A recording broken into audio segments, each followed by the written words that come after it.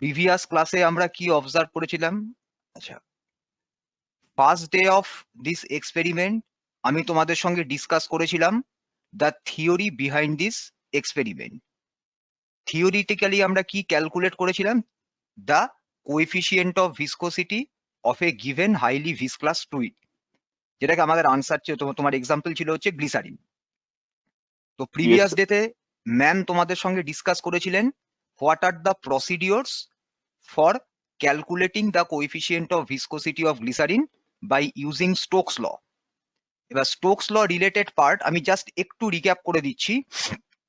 If we allow any small spherical object to move within a highly viscous liquid due to its own weight, that means if we let an object where the object is a small spherical ball or a small sphere to fall freely under the action of gravity, then after covering a certain distance through that liquid, the sphere will move in the downward direction with a constant velocity or a steady velocity, and that velocity was termed as the terminal velocity. আমরা এখানে আগের দিন ma'am তোমাদের এটা বলেছিলেন যে this is our graduated measuring cylinder. Graduated measuring Yes, sir. Cylinder কেন? এর গায়ে মার্কিং করা থাকবে from 0 centimeter to 100 centimeter or 120 centimeter or 150 centimeter like this. Minimum length or minimum height of the cylinder should be equal to 1 meter. Greater than 1 meter হলে আরো ভালো, but at least the height of this graduated cylinder should be 1 meter. We will fill this graduated cylinder by our given liquid which is glycerin. তাহলে দেখো এখানে গ্লিসারিনটাকে fill up করা হয়েছে।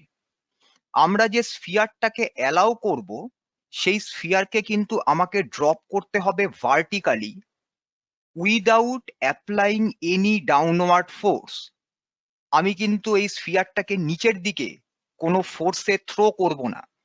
We will simply release this particular sphere from a certain height and it will fall through that liquid under the action of gravity.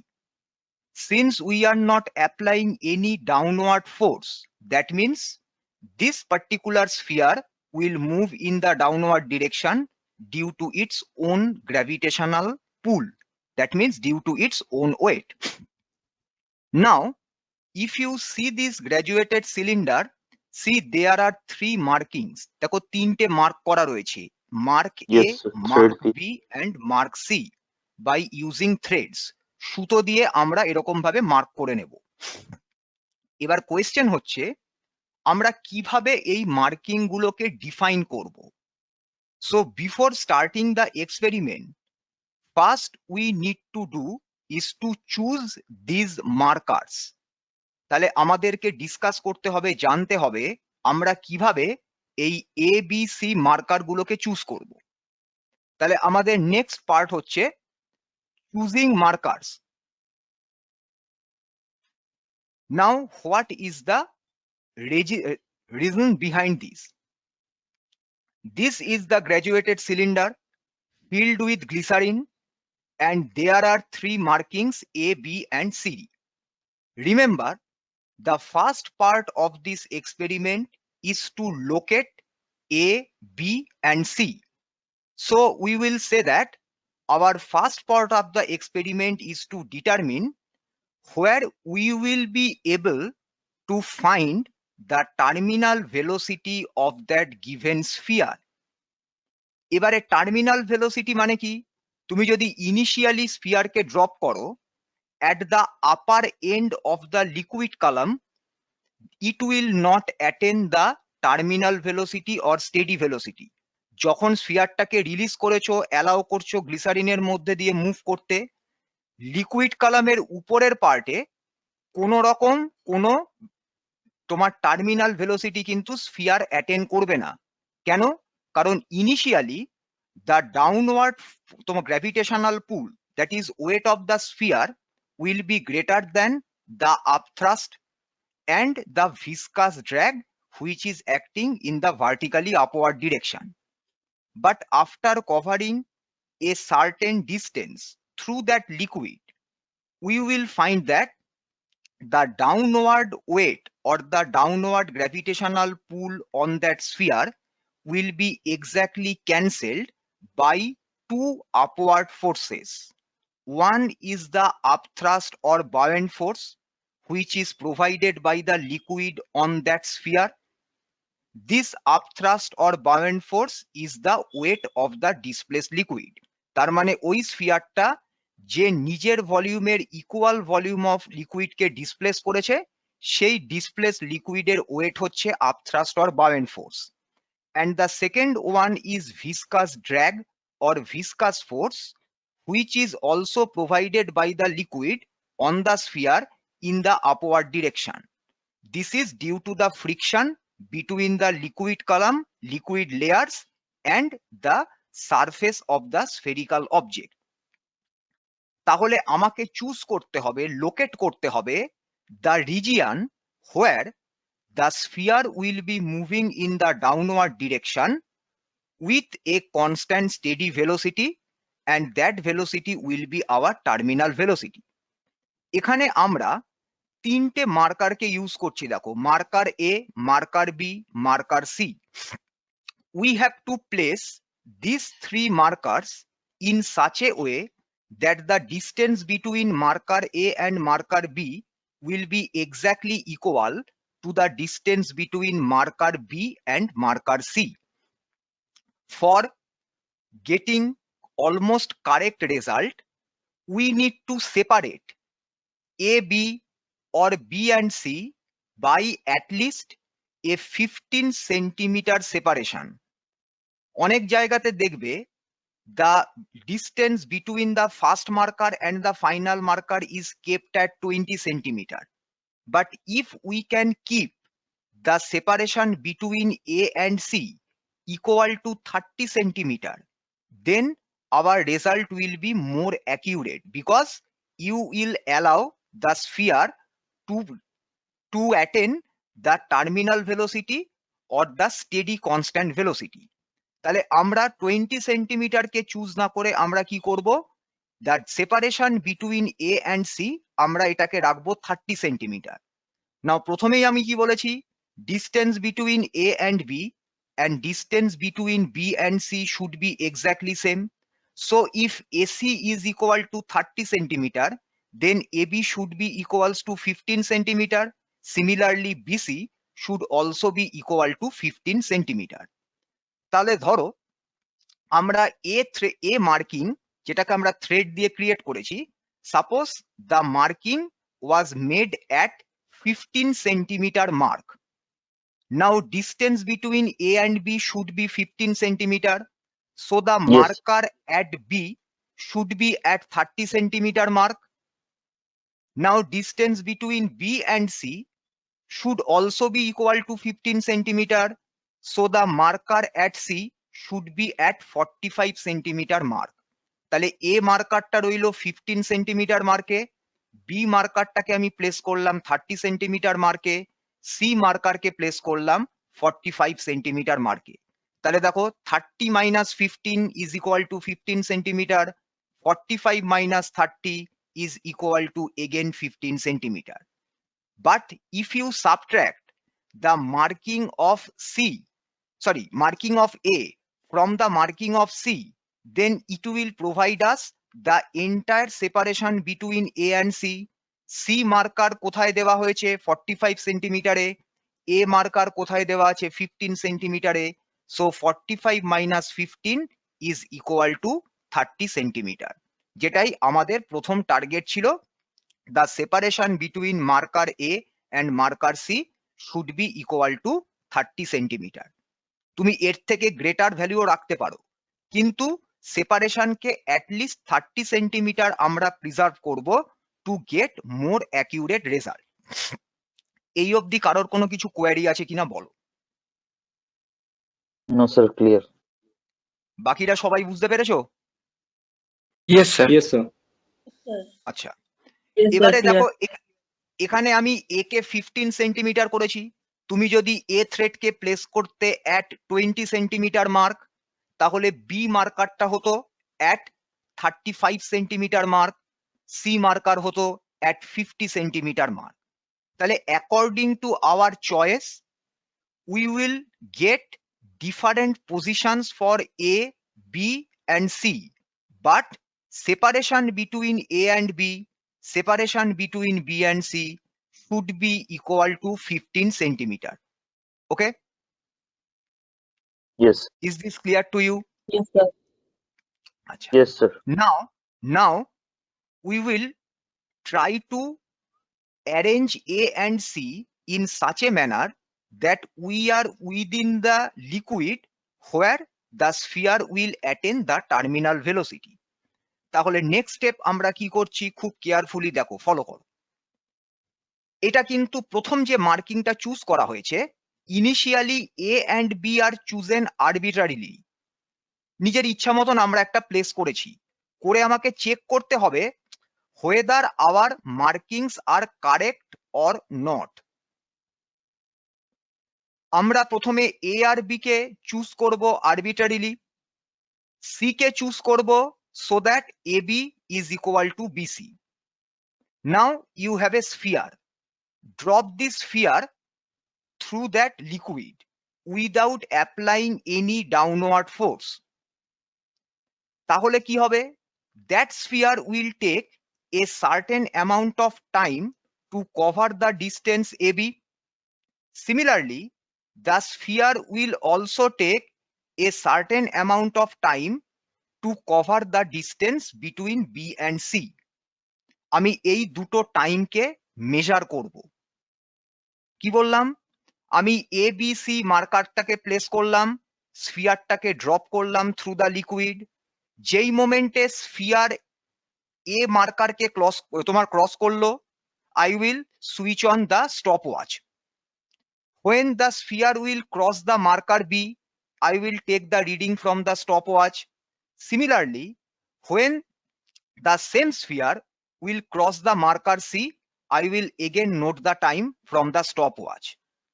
So the time of crossing between time of crossing for marker A, marker B and marker C can be noted from the stopwatch. তিনটে different time পাবে। তাহলে আমি time gap কি করে calculate করব? Time of crossing B minus time of crossing A will provide us the time taken by the sphere to cover the distance AB. Similarly, time of crossing C minus time of crossing B will provide us the time taken by the same sphere to cover the distance BC. এটা clear হলো কিনা বলো? Yes, sir. Yes, সবাই sir. বুঝতে যদি পেরেছো? Terminal সবাই বুঝতে ভেলোসিটি যদি হয় তাহলে এবি আর বিসির টাইম তো ইকুয়াল হতে হবে স্যার। হ্যাঁ, এবারই নেক্সট কারেক্ট, এবার নেক্সট চেকিং।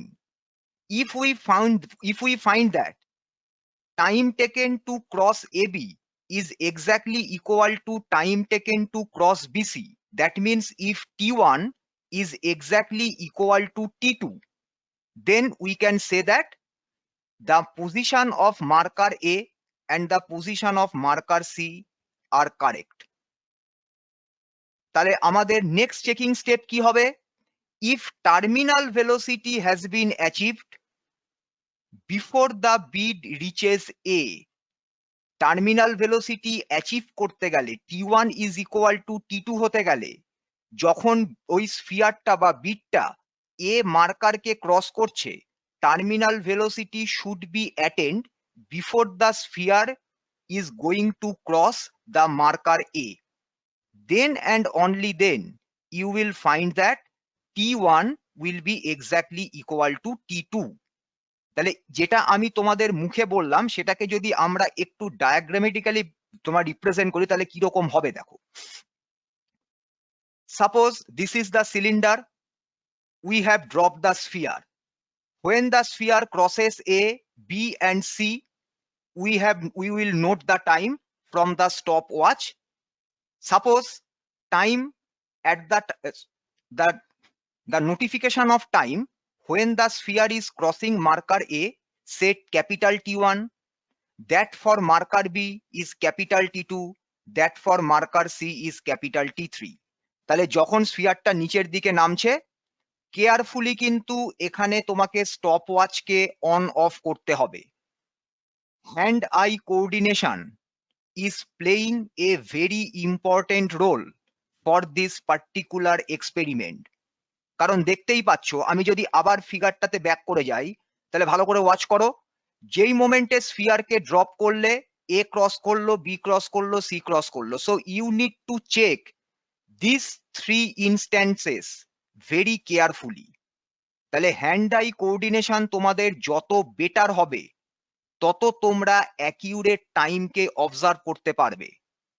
সুতরাং খুব কেয়ারফুল থাকবে to collect or to note the time of crossing the markers A, B and C respectively. এবারে কি করব? আমাকে ক্যালকুলেট করতে হবে time taken to cross the length AB. So it will be simply T1 is equal to capital T2 minus capital T1. B মার্কারটাকে cross করার সময় টাইমের থেকে A মার্কারকে ক্রস করার টাইমটাকে আমি মাইনাস করলাম। সিমিলারলি আমাকে যদি ক্যালকুলেট করতে হয় time taken to cross the length BC, then it will be small t2 which will be equal to capital T3 minus capital T2. এই পার্টটা ক্লিয়ার কিনা বলো? Yes sir, clear. সবাই sir, বুঝতে clear. পেরেছো? Yes, sir. ওকে, তাহলে যদি terminal velocity attend হয় before reaching the marker A, then you will find that small t1 will be exactly equal to small t2. So we can conclude that our markings are exactly perfect. Jodi na hoy, then we need to change the positions of A, B and C accordingly, but we should always remember that separation between A and B should always remain equal to separation between B and C. তাহলে আমরা যদি আবার আগের পেজটাতে back করে যাই, যেখানে আমরা আমাদের প্রসিডিওরস গুলোকে 1 by 1 ডিফাইন করছিলাম, তাহলে সেখানে আমাদের কাছে থার্ড পয়েন্টে আমরা কি অবজার্ভ করেছিলাম? If terminal velocity has been achieved before the sphere or bead reaches the marker A, we will find that time taken to cover AB will be exactly equal to the time taken to cover BC. But if terminal velocity was not achieved before reaching or before crossing marker A, then we will find that T1 and T2 are not equal. There will be mismatch between T1 and T2. So we will find that we need to change the locations of A, B and C. তাহলে আমরা তখন কি করব? We will lower the marker A. If we lower the marker A, then we need to lower the marker at B and C as well. But always remember, AB is equal to BC should always be achieved. তুমি যদি এ মার্কারকে ধরো 15 centimetre থেকে lower করে নিয়ে গেলে, suppose 22 centimeter, then remember separation between A and B should be 15, so B should be lower to 37 centimeter mark, C should be lower to 52 centimeter mark. But remember, every time whenever you are choosing the markers, you need to either lower the markers or you need to change the position of marker, but AB should always be equal to BC. এই marker চয়েসটা কিন্তু very very important to get the correct reading. তাহলে choosing of markers clear হলো কিনা বলো? Yes sir. সবাই কি বুঝতে পেরেছো? Yes, sir. তাহলে আরবিটারিলি প্রথমে আমরা এ মার্কারকে প্লেস করব, তার থেকে 15 সেন্টিমিটার নিচে বি মার্কারকে প্লেস করব, তার থেকে 15 সেন্টিমিটার নিচে সি মার্কারকে প্লেস করব। স্ফিয়ারটাকে ড্রপ করব, এ মার্কারকে ক্রস করবে, টাইম নোট করব, বি ক্রস করবে, টাইম নোট করব, সি ক্রস করবে, টাইম নোট করব। তারপর টাইম গ্যাপ ক্যালকুলেট করব, টাইম ইন্টারভেল ক্যালকুলেট করব to cover AB, time interval calculate করব to cover BC. If T1 is equal to T2, আমাদের মার্কারকের পজিশন চেঞ্জ করার কোনো দরকার নেই। If T1 and T2 are not equal, then we need to change the locations of the markers A, B and C. এই অবধি আশা করি আর কারোর কোনো প্রবলেম নেই। Yes, sir. সবাই একটু রেসপন্স করো, কারোর যদি কিছু কোয়ারি থাকে তাহলে পরে মানে করে নাও, ক্লিয়ার করে নাও এই পার্টটায়। সবাই বুঝতে পেরেছো তো? Yes, sir, clear. Yes, sir. ওকে, এবারে আমরা চলে যাব হচ্ছে data and observation sheet for the calculation of coefficient of viscosity of glycerine by Stokes law. ফার্স্টে আমাকে কি ক্যালকুলেট করতে হবে? The inner diameter of the cylinder. যে গ্র্যাজুয়েটেড সিলিন্ডারটা তোমাকে প্রোভাইড করা হয়েছে, আমরা ফার্স্টে ক্যালকুলেট করব inner diameter of that cylinder. Inner diameter থেকে আমরা ক্যালকুলেট করব inner radius of the cylinder. আমরা ফার্স্ট এক্সপেরিমেন্ট কি ডিসকাস করেছিলাম? Use of vernier callipers two determine the volume of a given হলো সিলিন্ডার। হলো সিলিন্ডারের ইনার ডায়ামিটার মেজার করার প্রসিডিওর তোমরা সবাই জানো। আমরা Yes, ইনার sir. ডায়ামিটারকে মেজার করার জন্য ভার্নিয়ার ক্যালিপার্সের কোন পেয়ার অফ জসকে ইউজ করি? So inner jaw. সেটা কোথায় থাকে? Internal jaw. Sir, opore, হুম। sir. ভার্নিয়ার স্কেলের স্কেলের ওপরে। উপরে থাকে না নিচে থাকে? Sir, opore থাকে, sir. উপরে থাকে, উপরে থাকে, কারেক্ট। তাহলে similarly using the same procedure we will first determine the inner diameter of the cylinder. From that result we will calculate what is the inner radius of the cylinder. এখানে আমরা একটা experimental data তোমাদের provide করছি। Suppose main scale reading is 3 centimeter, Varnier's coincidence is 0. That means Varnier 0 is exactly coinciding with the 3 centimeter mark on the main scale. Varnier constant is nothing but 0.01 centimeter. So what was the equation of total reading? Equation of total reading is equal to, and we are also considering there is no zero error. So the total reading, that means the total reading which is representing the inner diameter of the cylinder will be equal to main scale reading plus Varnier coincidence into Varnier constant. So it will be m plus n into Varnier constant. Since Varnier coincidence is 0, তার মানে ভার্নিয়ারের 0 marking main স্কেলে 3 centimetre marking এর সাথে exactly coincide করেছে, সেই জন্য আমাদের inner diameter of the cylinder will be exactly equal to the main scale reading, that is equal to 3 centimetre.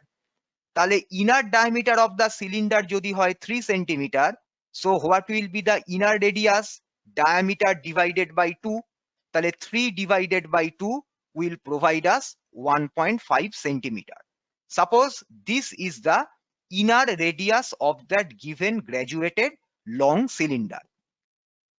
আমরা ভার্নিয়ার কোইন্সিডেন্সটাকে 0 করলাম to make the calculations more simple, nothing else. Next এবার আমাদের কিছু data provide করা হবে। এবার data provide করার আগে আমাদের স্ফেরিক্যাল বল, যে বলগুলোকে বা যে বিটগুলোকে আমরা ড্রপ করব through the glycerine, we need radius of each set of spherical ball. প্রত্যেকটা বলের আমার রেডিয়াস লাগবে। রেডিয়াস ক্যালকুলেশনের জন্য আমরা ইউজ করব স্ক্রু গেজ নামের একটা এক্সপেরিমেন্ট। আমরা এখনো স্ক্রু গেজ এক্সপেরিমেন্টটা তোমাদের সাথে ডিসকাস করিনি, সেই জন্য আমরা স্ক্রু গেজ এক্সপেরিমেন্ট রিলেটেড পার্টটাকে আমরা সিম্পলিসিটির জন্য সার্কুলার স্কেল রিডিং কে 0 এখানে পুট করছি। When we will discuss, just a second, একটু দাঁড়াও তো।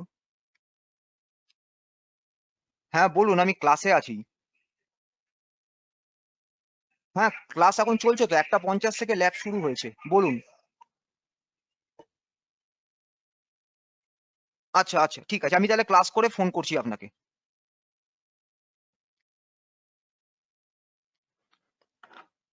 আচ্ছা কি বলছিলাম বলো তো, হ্যাঁ আমরা radius of the spherical ball calculate করব with the help of a screw gauge. Screw gauge is more accurate than vernier calipers because Yes, sir. the least count Sir, because for vernier 0.01 calipers was millimeter. 0.01 centimeter was the minimum length that can a vernier calipers measure according to our physics lab setup.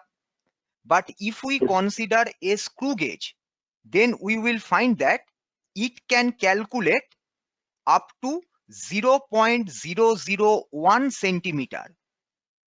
So 0.001 centimeter is less than 0.01 centimeter.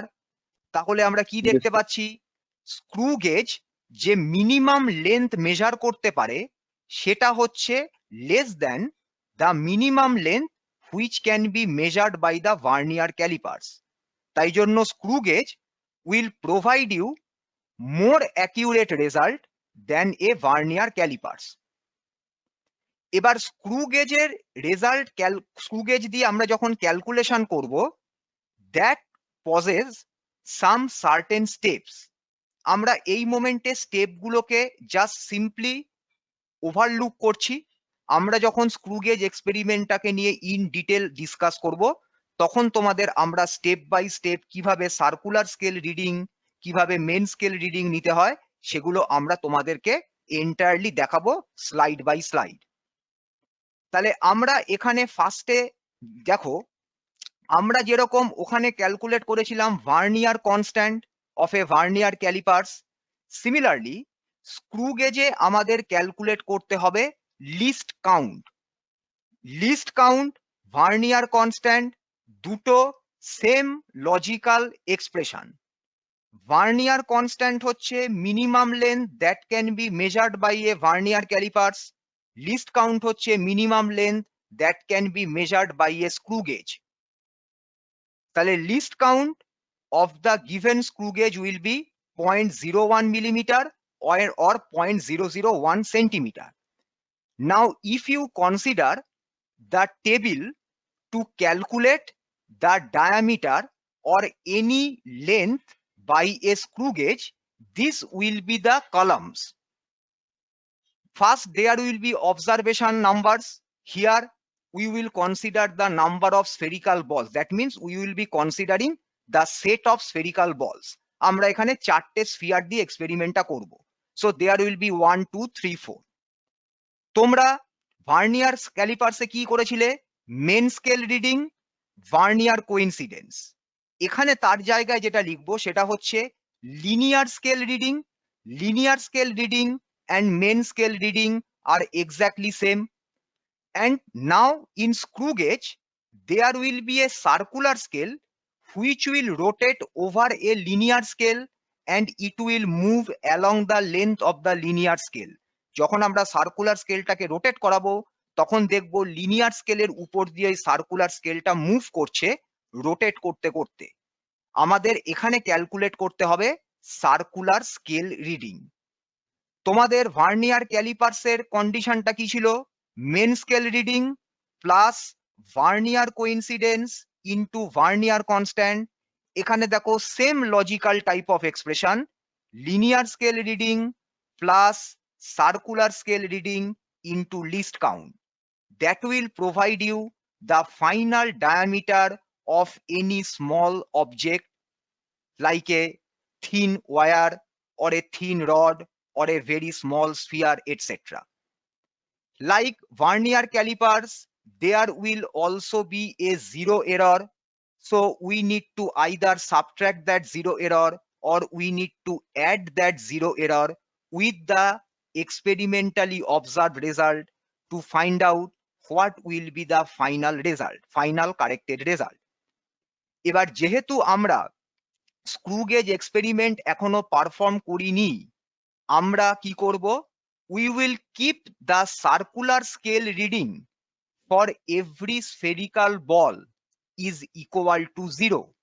So the linear scale reading will be the diameter of that given set of ball.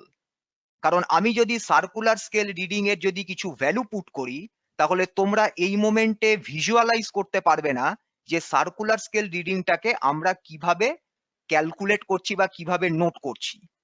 তাহলে এই মোমেন্টে আমরা screw gauge use করিনি বলে আমরা circular scale reading কলামকে 0 রাখবো, zero error পার্টটাকেও 0 রাখবো। তাহলে আমাদের লিনিয়ার স্কেল রিডিং হবে exactly equal to the diameter of each set of spherical ball. তাহলে আমরা যদি ডেটাগুলোকে প্লেস করি, তাহলে এই রকম তোমার 4টে সেট অফ ডেটা ধরো আমাদের কাছে আছে, যাতে আমরা কি দেখতে পাচ্ছি, ফার্স্ট স্ফেরিক্যাল বলে ডায়ামিটারের ভ্যালু 0.5, তাহলে radius of the ball 0.25 centimetre. Second set of spherical বলের diameter 0.7 centimeter, radius half of the diameter, so it is 0.35 centimeter. Third ball diameter 0.8 centimeter, radius 0.4 centimeter. Fourth ball 0.9 centimeter is the diameter of the fourth ball, so 0.45 centimeter is the radius of that fourth ball.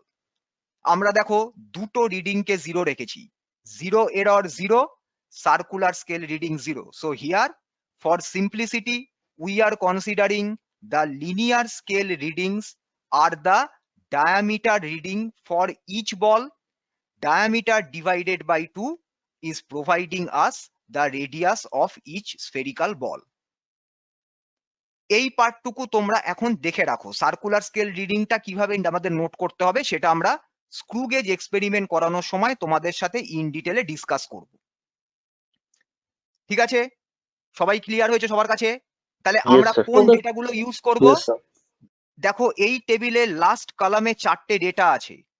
Radius of the 4 spherical বলস 0.25 centimetre, 0.35 centimetre, 0.4 centimetre and 0.45 centimetre. এই 4টে radius নিয়ে আমরা এবার experimental অ্যানালিসিসে যাব। Next আমাদের কাছে কিছু data provide করা হবে। Inner radius of the cylinder আমরা অলরেডি ক্যালকুলেট করলাম 1.5 centimeter. Distance between marker A and marker C কত বলেছিলাম? 15 + 15 that is equal to 30 centimeter. এবারে যে তোমাকে spherical beads or spherical balls provide করা হয়েছে, let us consider density of the material of those spherical balls is equal to 2.6 gram per cc. Gram per centimeter cube is the unit of density, এটা আমরা সবাই জানি। আর density of the highly viscous liquid, that is nothing but the glycerin, that is equal to 1.26 gram per centimeter cube. তাহলে দেখো third আর fourth এই ডেটাটা তোমাদের lab থেকে provide করা হবে। Distance between A and C এটা তুমি জানো, that should be kept at least equal to 30 centimeter. আর inner radius of the cylinder তুমি ফার্স্টে slide calipers or vernier calipers দিয়ে মেজার করে নিয়েছো। এবারে কি করছি দেখো, এবারে আমরা ক্যালকুলেট করব observed terminal velocity, then we will calculate the corrected terminal velocity. তাহলে এবার আমরা এই রকম একটা টেবিলকে দেখো কনসিডার করব। ফার্স্ট কলাম হচ্ছে number of spherical balls, that is the set of spherical balls. Second column radius of the ball, যেটা এর প্রিভিয়াস টেবিলে আমরা ডেটা রেকর্ডেড করেছি। Next, there will be r square because in the final expression of eta, you will get a fraction r square divided by v. আমরা যাচ্ছি one by one. Fourth হচ্ছে time of fall for AC, তার মানে ওই 30 centimetre ডিস্টেন্সকে cover করতে প্রত্যেকটা স্ফিয়ারের কতটা time লেগেছে সেটা ক্যালকুলেট করা। প্রিভিয়াস ক্লাসে তোমাদের ম্যাম কি বলেছিলেন, আমরা যদি অবজার্ভ টার্মিনাল ভেলোসিটিকে নোট করতে চাই, velocity means displacement divided by time, তাহলে এখানে অবজার্ভ টার্মিনাল ভেলোসিটি কি হবে, distance means length AC divided by time taken for each ball to cover AC. তাহলে আমরা 30 কে এই যে টাইম অফ ফল ফর এসির যে ভ্যালুগুলো পাবো সেটা দিয়ে ডিভাইড করব, তাহলেই আমরা পাবো observe terminal velocity. Next column is terminal velocity. This is the corrected terminal velocity after using those correction factors, যে কারেকশন ফ্যাক্টর গুলো আগের দিন ম্যাম তোমাদের সঙ্গে ডিসকাস করেছিলেন। লাস্ট কলামে দেখো আমাদের এই আর স্কোয়ার বাই ভি এই রেশিওটা লাগবে। কেন? কোয়েশ্চেনটা হচ্ছে কেন? আমরা যদি ইটার এক্সপ্রেশনটাকে অবজার্ভ করি, আমি জাস্ট এখান থেকে একটু এসকেপ করে আমি ইটার ইকুয়েশনটাই যাচ্ছি, তাহলে তোমাদের জিনিসটা বুঝতে সুবিধা হবে। ভালো করে এই ইকুয়েশনটা সবাই দেখো। এই লাস্ট ইকুয়েশনটা তোমাদের সবার কাছে ভিজিবল? আগে বলো, Yes, sir. সবাই দেখতে পাচ্ছ? Yes, sir.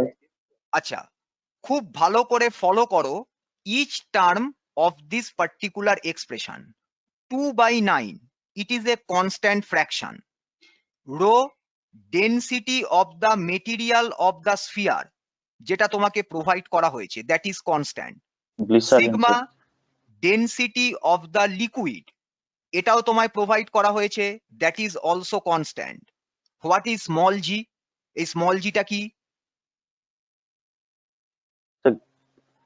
acceleration Gravitational acceleration.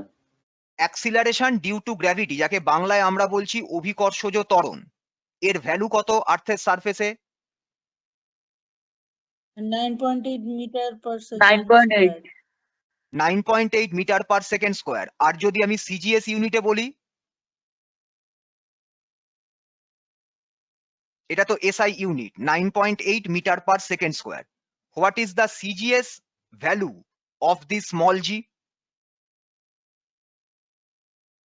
কেউ বলতে পারবে? 980 point centimeter square. Centimetre square না, 980 centimetre per second square. Oh, per second square, sir. ভুলে গেছি। তাহলে 2/9 rho sigma g all are constant quantities. তাহলে একমাত্র ভ্যারিয়েবল কোয়ান্টিটি কি? Small R, which is the radius of sphere, and v, this is the terminal velocity attained by the sphere. তাহলে if we change r, then accordingly v will also change. তাহলে Yes, sir. আর R V দেখো, তুমি যদি এটাকে separate করো, you will get a fraction R square by V, তাই তো? So Yes, sir. If R square by V, this fraction remains same for every spherical ball, then we can say that we will get the same eta for each set of ball, and which will be only possible if Stokes law is satisfied. এই জন্যই আমরা টেবিলের last কলামে আর square by V এই তোমার ফ্র্যাকশনটাকে mention করেছি। তার কারণ প্রসিডিওরে এটা তোমার আগের দিন ম্যাম ডিসকাস করেছিলেন যে if we can note that this R square by V, this fraction is constant for every set of ball, that constancy of r square by v will verify the Stokes law. এই জন্যই আমার r square by v এই তোমার ফ্র্যাকশনটাকে note করতে হবে in that table. তাহলে আমি যদি এবার আমাদের কারেন্ট টেবিলে ব্যাক করে আসি, তাহলে আমাদের কারেন্ট টেবিলটা ছিল এইরকম একটা টেবিল। দাঁড়াও, এটাকে আমি ফুল স্ক্রিনে নিয়ে যাই। এই দেখো, আর স্কোয়ার বাই ভি। এবার ইউনিটটা দেখো সেন্টিমিটার ইন্টু সেকেন্ড। কেন? আর স্কোয়ার মিন সেন্টিমিটার স্কোয়ার, তাকে তুমি ডিভাইড করছো সেন্টিমিটার পার সেকেন্ড দিয়ে, তাহলে সেকেন্ড চলে যাবে নিউমারেটারে, centimetre square by centimetre will provide you a simple centimetre. So we need to check that whether r square by v is remaining constant for all the set of spherical balls or not. এটা যদি vary করে তাহলে বুঝতে হবে আমার experiment কিন্তু error, আমার experiment error field. তখন আমাকে কিন্তু আবার ফার্স্ট থেকে মার্কারের লোকেশন চুজ করে আমাকে কিন্তু এক্সপেরিমেন্টটাকে রিপিট করতে হবে। এবার কিরকম ডেটা পাওয়া যাচ্ছে, আমরা এই পার্ট লাস্ট আর লাস্ট বাট ওয়ান কলাম এই দুটোকে এখন এই মোমেন্টে এমটি রাখছি। দেখো, ফার্স্ট স্ফেরিক্যাল বলের রেডিয়াস আমরা দেখেছিলাম 0.25 centimeter by using the screw gauge. R square means 0.25 square. তুমি যদি 0.25 স্কোয়ার করো তাহলে এটা আসবে 0.0625। এবারে ধরো ক্যালকুলেট করে পাওয়া গেল time taken to cover the 30 centimeter distance by this sphere is 21.877. তাহলে তুমি time of fall or time taken to cover the distance AC পেয়ে গেলে। তাহলে observe terminal velocity V prime আমি কি বলেছিলাম, length divided by time. Length means 30 centimeter divided by time means 21.877। যদি divide করো এইরকম একটা ভ্যালু পাবে 1.3713। এবার আমরা সেকেন্ড সেট অফ বলকে ইউজ করব। সেকেন্ড সেট অফ বলের রেডিয়াস ছিল 0.35 সেন্টিমিটার। তাহলে বলতো টি এর ভ্যালু ইনক্রিজ করবে না ডিক্রিজ করবে? আমরা যদি স্ফিয়ারের রেডিয়াসকে ইনক্রিজ করাই তাহলে time taken to cover the distance AC increase করবে না ডিক্রিজ করবে? স্যার ডিক্রিজ করবে। কেন ডিক্রিজ করবে? স্যার ওকে তো ওই ভিসকাস লিকুইড গুলো সরিয়ে যেতে ও তো টাইম বেশি লাগবে। তুমি তো বললে টাইম কম লাগবে। ও সরি স্যার, আমি অ্যাকচুয়ালি বলতে চাইছি না না স্যার বেশি লাগবে, আমি ডিক্রিজ বলে দিয়েছি, ইনক্রিজ করবে স্যার। টাইম ইনক্রিজ করবে। গ্র্যাভিটি তো ইকুয়াল থাকছে কিন্তু ফ্রিকশনটার জন্য ওটা মানে স্লো হয়ে যাবে স্যার। তুমি যদি একটা স্ফিয়ারের রেডিয়াসকে ইনক্রিজ করাও তাহলে কি মাস সেম থাকবে? না স্যার, মাস তো বেশি হবে। তাহলে মাস তো বেশি হবে। মাস যদি ইনক্রিজড হয় তাহলে পরে ওয়েট এমজি সেম থাকবে? নো না স্যার, স্যার, নো স্যার বাড়বে। বেড়ে তাহলে যাবে। যদি তাহলে যদি ডাউনওয়ার্ড ফোর্স বেশি হয় তাহলে অটোমেটিক্যালি কি হবে? টাইম অফ ফল রিডিউসড হবে। টাইম ডিক্রিজ প্রথম করবে। নীলাঞ্জন প্রথম আনসারটা ঠিক বলেছিল কিন্তু অ্যানালিসিসটা ভুল বললে। তাহলে আমি যদি second Yes, set sir. Of data নিই, এই দেখো টাইমটা দেখো রিডিউসড হলো। তাহলে গ্র্যাজুয়ালি তুমি যত রেডিয়াসকে ইনক্রিজ করাবে time taken to cover the distance AC decrease করবে। দেখো থার্ড সেট অফ ডেটা দেখো আরো রিডিউসড হলো, ফোর্থ Yes, সেট অফ ডেটায় দেখো আরো রিডিউসড হলো। তাহলে টাইম অফ ফল রিডিউসড হচ্ছে, but if you observe the immediate next column then you will find that terminal velocity is increasing. কেন টার্মিনাল ভেলোসিটি ইনক্রিজ করছে? তার কারণ রেডিয়াস ইনক্রিজ করছে বলে ওয়েট ইনক্রিজ করছে। তাহলে ডাউনওয়ার্ড ফোর্সকে নালিফাই করবে কে? আপথ্রাস্ট অ্যান্ড দ্য ভিসকাস ড্র্যাগ। তাহলে আপথ্রাস্ট ইনক্রিজ করছে কারণ রেডিয়াস বেশি মানে কি ডিসপ্লেসড লিকুইডের ভলিউম বেশি, তাহলে ডিসপ্লেসড লিকুইডের ওয়েট বেশি। তাহলে অটোমেটিক্যালি আমাকে প্যারালালি কাকে ইনক্রিজড হতে হবে? The viscous drag or viscous force. এই ভিসকাস ফোর্সের মধ্যেই আছে the terminal velocity factor. That is why if you increase the mass and the volume of the sphere you will find that the terminal velocity will gradually increase and as a result time taken to cover the separation between A and C will decrease. এটা সবাই বুঝতে পারলে কিনা বলো? Yes sir, বুঝতে পেরেছি। Yes, sir. সবাই Clear. সবাই বুঝতে পেরেছো? বাকিরা একটু রেসপন্স করো। Sir. আচ্ছা, এবারে আমার টেবিলে তো এখনো দুটো কলাম এমটি রয়েছে, এই দুটো কলামকে তো ফিল করতে হবে, তাই তো? তাহলে আমাকে কি ক্যালকুলেট করতে হবে? The corrected terminal velocity. তাহলে এবার আমরা কারেকশনটাকে ইউজ করব। এই কারেকশনটা ইউজ করার জন্য আমি তোমাদের একটা কথা বলি, প্রিভিয়াস ক্লাসে ম্যাম তোমাদের বলেছিলেন, এটা আমিও তোমাদের ফার্স্ট ডে থিওরিতে বলেছিলাম, যে there should be two correction factors. One is correction for finite radius of the liquid column. Second, the correction factor should be for finite length or finite height of the liquid column. এবার problem হচ্ছে, আমার কাছে যে available data এই মোমেন্টে আছে, সেই মোমেন্টে ফাইনাইট লিকুইড কলামের করেসপন্ডিং কারেকশন ফ্যাক্টরের ডেটা আমি কালেক্ট করতে এই মোমেন্টে পারিনি। সেটা এক্সপেরিমেন্টালি পারফর্ম না করলে পারা যাবে না। সেই জন্য আমরা ফাইনাইট হাইট অর ফাইনাইট লেন্থের কারেকশন ফ্যাক্টরটাকে এই মোমেন্টে স্কিপ করে আমরা অনলি কনসেন্ট্রেট করছি on the correction factor regarding the finite radius. Actually তুমি যদি majority of the experimental set up and experimental মানে তোমার কি বলে টেবিলস যদি দেখো, যেটা পারফর্মড হয় in normal physics lab, you will find that এই দুটো কারেকশন ফ্যাক্টরের কোনো কারেকশন ফ্যাক্টরই কোনো জায়গায় ইউজ হয় না, কিন্তু দুটো কারেকশন ফ্যাক্টরকেই আমাদের ইউজ করা দরকার।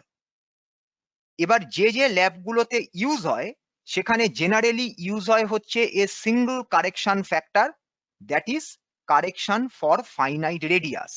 কারেকশন ফর ফাইনাইট রেডিয়াস এর ইকুয়েশনটা এরকম একটা ইকুয়েশন ছিল, V prime is equal two yes sir. V is equal to V prime into 1 plus 2.4 into radius of each sphere divided by inner radius of that given graduated cylinder. এর সাথে second ফ্যাক্টরটা কি ছিল? 1 plus 3.3 into small r by capital H. Generally এই correction ফ্যাক্টরটাকে আমরা neglect করি during our laboratory experiment. সেটা accurately calculate না করতে পারলে আমরা কোনোদিন রেজাল্টকে ম্যাচ করাতে পারি না।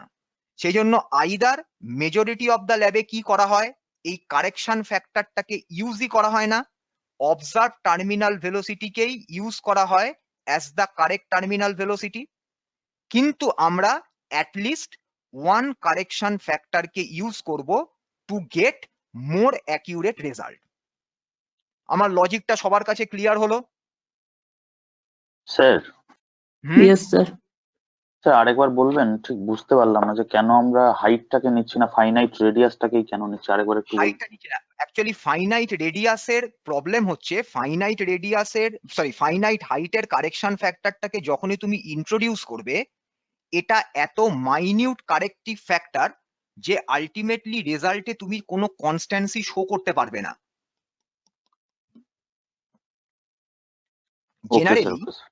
জেনারেলি আমাদের তাহলে পরে এই কারেকশন ফ্যাক্টরটাকে ইউজ করার জন্য আমাদের গ্র্যাজুয়েটেড সিলিন্ডারকে মোর দ্যান 1.5 মিটার হাইটের নিতে হবে এবং মোর অ্যাকিউরেটলি ওয়েল পলিশড আমাকে স্ফিয়ার ইউজ করতে হবে, কোন রকম বাবলস ওর মধ্যে থাকবে না, এরকম অনেক কিছু কন্ডিশনকে ইউজ করে তারপর আমাকে ফাইনাইট কারেকশন ফ্যাক্টরটাই যেতে হয়।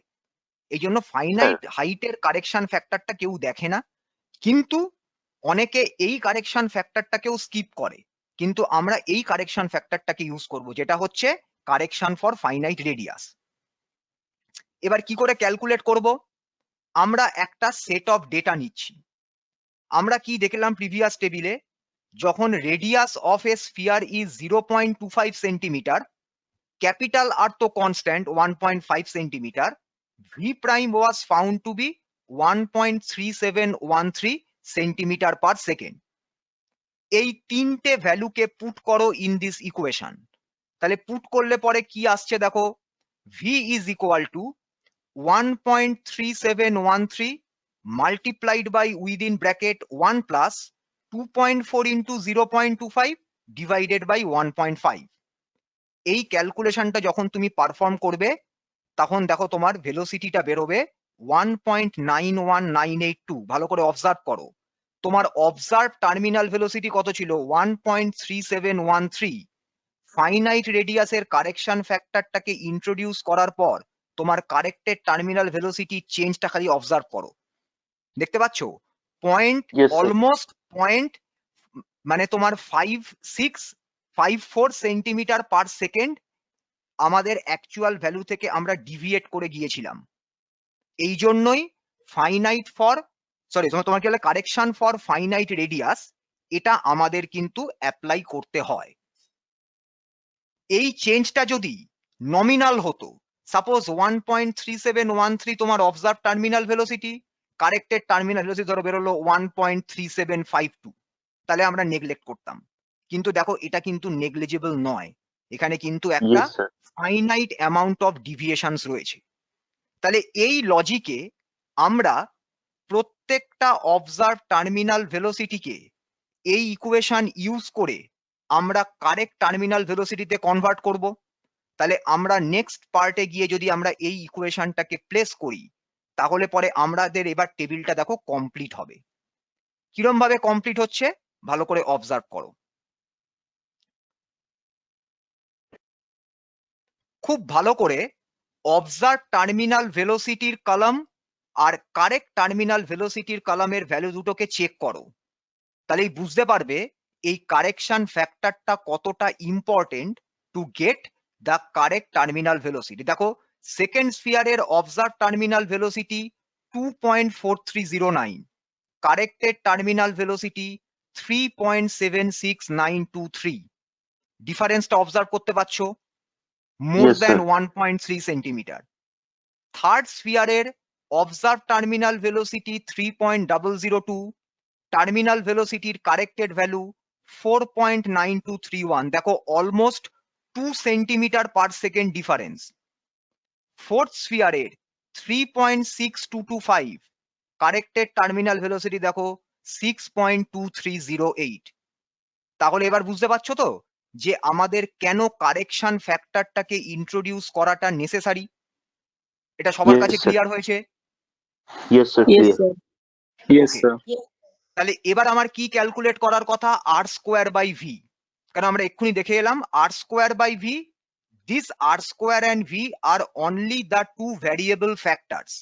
If R square by V remain constant for each set of sphere, then we can say that Stokes law is verified and we will be able to calculate the correct value of the glycerin. তুমি আর square by V যদি প্রত্যেকটা set of data থেকে করো, ভালো করে observe করো last কলামটা, দেখো 0.0325 প্রত্যেকটা ভ্যালুতে আমরা পাচ্ছি কনস্ট্যান্ট ভ্যালু।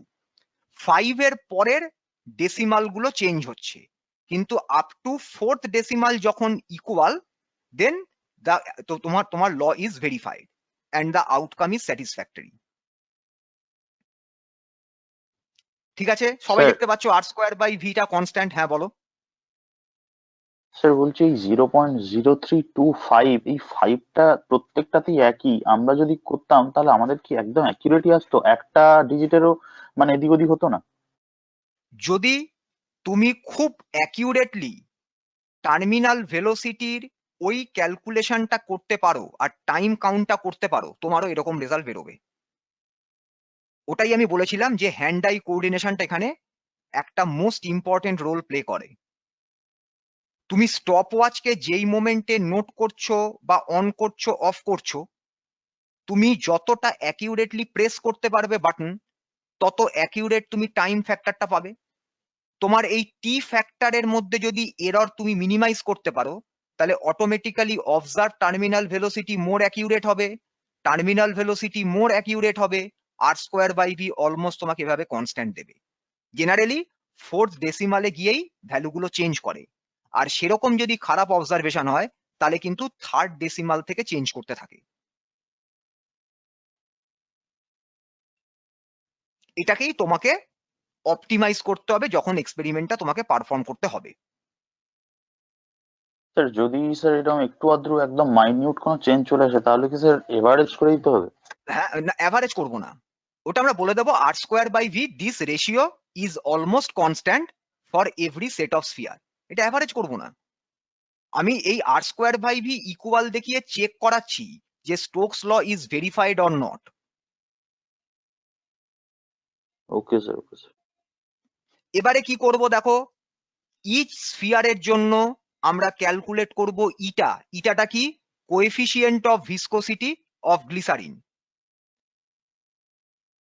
তাহলে পরে নেক্সট স্টেপ আমরা কি করছি দেখো, coefficient of viscosity of glycerine will be given by the previous equation. আমি ইকুয়েশনটা আরেকবার লিখলাম, eta is equal to 2/9 into rho minus sigma into g into r square divided by v. এবার দেখো ক্যালকুলেশন করে কি রেজাল্ট পাওয়া যাচ্ছে। ফর স্ফিয়ার 1 আমরা ভ্যালুগুলোকে পুট করলাম, তাতে করে স্ফিয়ার 1 এর জন্য ইটার ভ্যালু পাওয়া গেল 9.5003 পয়েজ। এই পয়েজ হচ্ছে CGS unit of coefficient of viscosity. যখন আমরা সেকেন্ড স্ফিয়ারের ডেটাগুলো পুট করব তখন দেখো দেখো পাওয়া গেল ইটার ভ্যালু 9.4842 পয়েজ। থার্ড স্ফিয়ারের ডেটা যখন আমরা প্রোভাইড করছি তখনও দেখা গেল আমরা পেলাম 9.4842 পয়েজ। ফোর্থ স্ফিয়ারের যখন ডেটাটা আমি প্রোভাইড করব, এবার দেখবে একটু চেঞ্জ আসবে, এ দেখো ভ্যালুটা একটু রিডিউস করে গেছে। তার মানে আমি যখন টাইম ক্যালকুলেট করেছি তখন কোথাও না কোথাও আমার ওই কারেক্টেড টার্মিনাল ভেলোসিটি পার্টটাতে কিছু এরর এসে গেছে।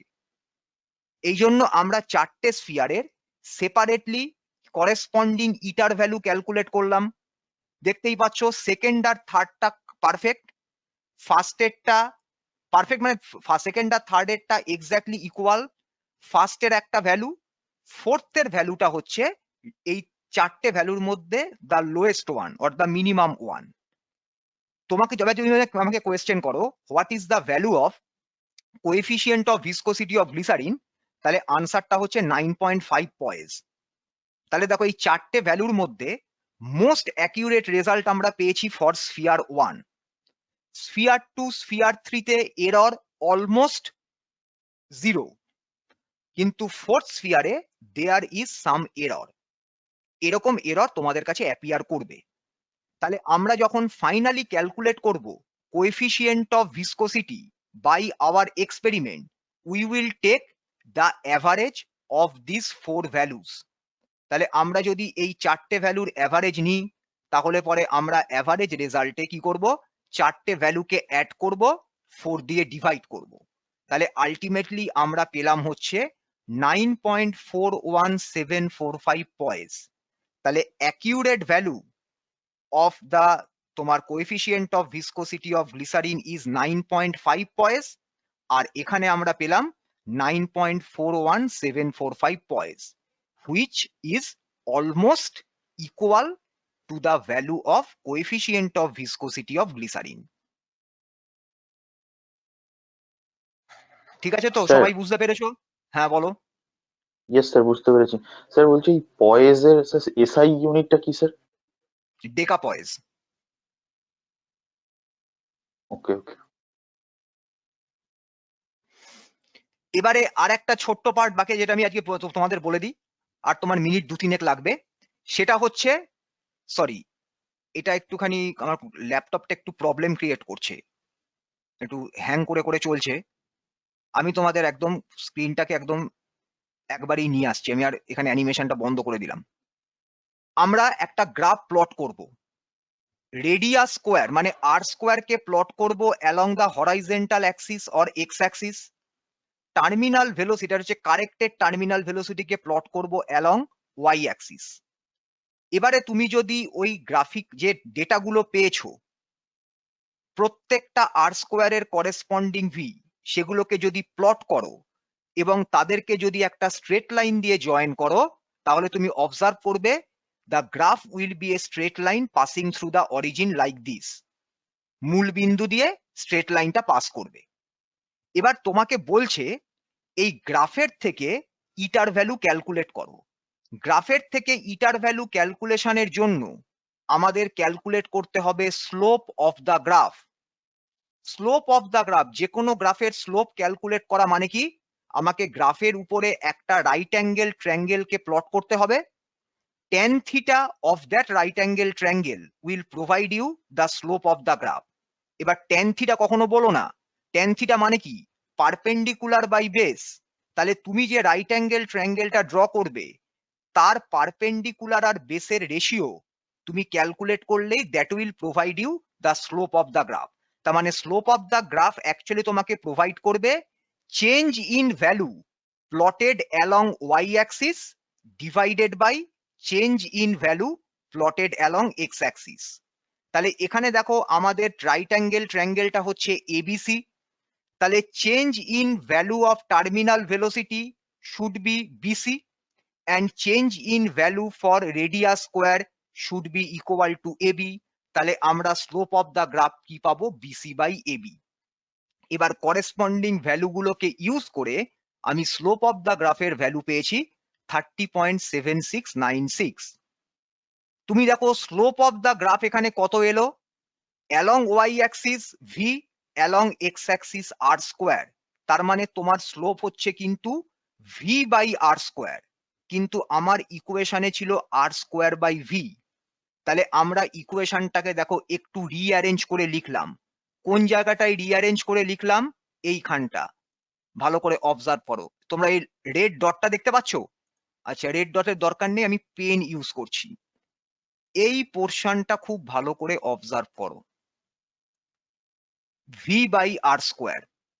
এই ভি বাই আর স্কোয়ারটা কোথা থেকে অ্যাপিয়ার করলো, এই আর স্কোয়ার ফ্যাক্টরটা ছিল নিউম্যারেটারে, আমি নিউম্যারেটার থেকে ফ্যাক্টরটাকে ডিনোমিনেটারে নিয়ে চলে এলাম, এই জন্যই ভি বাই আর স্কোয়ার ফ্যাক্টরটা এলো। এই ভি বাই আর স্কোয়ারটাই হচ্ছে স্লোপ। এই পার্টটা হচ্ছে ভি আর এই পার্টটা হচ্ছে আর স্কোয়ার। তাহলে perpendicular by base that will be v by r square. এই জন্য দেখো নেক্সট স্টেপে এখানে কি লেখা রয়েছে, স্লোপ। আমি যদি একটা অন্য কালার নিই, এক মিনিট, এখানে কালার চয়েসের ব্যাপারটা এক মিনিট ইয়ে করে নিই। তাহলে এই যে ভি বাই আর স্কোয়ার আমি একবার মার্ক করলাম, এইটা কোথা থেকে পেলাম, এই হচ্ছে ভি আর এই পার্টটা হচ্ছে আর স্কোয়ার। এটাই দেখো equal to slope of this curve. বুঝতে পেরেছো? Yes sir. Yes, sir. এবার এই স্লোপের ভ্যালুটা পুট করে দাও, দেখো আনসার কত বেরোলো, 9.4841 পয়েস। এটা হলো value of coefficient of viscosity from the graph. তাহলে এবার আমাকে কম্পেয়ার করতে হবে। তাহলে কম্পেয়ার করার জন্য কি করব, আমরা যদি নেক্সট পার্টে যাই, এক মিনিট দাঁড়া,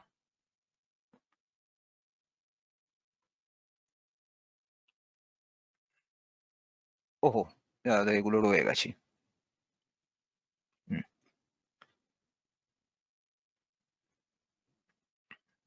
দেখো রেজাল্টে কি পাওয়া যাচ্ছে, বাই ক্যালকুলেশন আমরা কোএফিসিয়েন্ট অফ ভিসকোসিটি পেয়েছিলাম 9.41745, যেটা হচ্ছে আমরা টেবিল থেকে যেটা ক্যালকুলেট করেছিলাম। আর গ্রাফিক্যালি আমরা কি ক্যালকুলেট করে পেলাম, 9.48411 পয়েস। তাহলে দেখতে পাচ্ছ যে দুটো ভ্যালু অলমোস্ট দ্য সেম। তাহলে আমাদের কনক্লুশন হবে the two result obtained are almost the same and which are in accordance with the value of coefficient of viscosity of glycerin. তাহলে আমাদের এক্সপেরিমেন্টাল রেজাল্ট সেটা আমাদের তোমার গ্রাফিক্যালি আমরা যা পেলাম আর ম্যাথামেটিক্যালি মানে তোমার ক্যালকুলেটিভ ওয়েতে আমরা যা পেলাম, দুটো ভ্যালু দেখো অলমোস্ট সেম। তাহলে আমরা ইটার ভ্যালু ক্যালকুলেট করলাম from the experimental results as well as from the graphical plot. সবাই বুঝতে পেরেছো কিনা বলো? Yes, sir. ইয়েস ক্লিয়ার তো সবার কাছে? স্যার কোন রেজাল্টটা আলটিমেটলি কনসিডার করব, দুটোই কি? দুটোই যদি দেখা যেত এরকম গ্রাফ থেকে ধরো তুমি কোএফিসিয়েন্ট অফ ভিসকোসিটি পেলে 9.2 বা 9.3, ক্যালকুলেশনে পেলে 9.41745, তাহলে বুঝতে হবে যে আমাদের গ্রাফের প্লটিং এ কোথাও প্রবলেম হয়েছে, তখন আমাকে গ্রাফের প্লটিংটাকে ভালো করে চেক করতে হবে। এটা হচ্ছে ভেরিয়াস চেকিং, তুমি এক্সপেরিমেন্টটা কতটা অ্যাকিউরেটলি পারফর্ম করেছো।